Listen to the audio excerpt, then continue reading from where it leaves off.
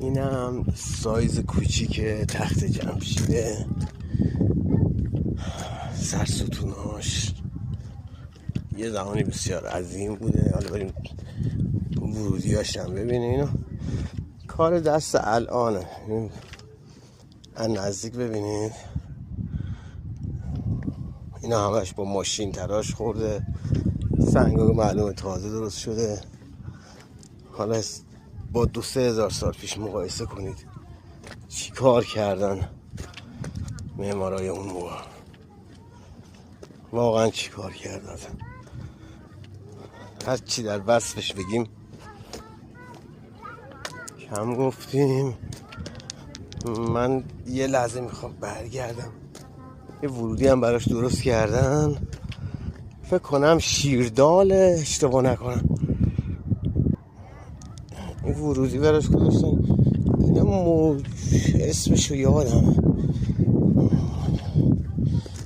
برونزی فکر کنم شیاطینن، یه جای خونده بودم اگه اشتباه نکنم.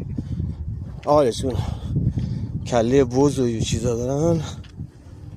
بله، نماد شیاطینه، خیلی زیبا. مثلا رنگش هم مشخصه، برنز و قرمز.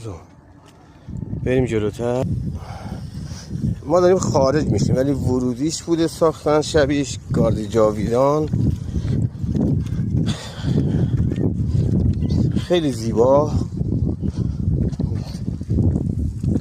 حالا قبلا تعدادش فکر کنم 300 خورده، حالا یادم دقیقا تعدادش چک میکنم تو بیو مینویسم، تعدادش بیشتره. لذت میبری و جالبه، انگار مال اقوام‌های مختلف ایران. هیچ کدوم شبیه هم نبوده، اصل نسخه‌اش هیچ کدوم شبیه هم نیست. آخرین خروجی که با 2 تا شیر بزرگ تزیین شده. برای همتون آرزو موفقیت میکنم. یه چیز دیگه هم بهتون نشون بدم، خروجیش که ورودی پارکه. خودتون بگیرین کجاست، تو شیراز.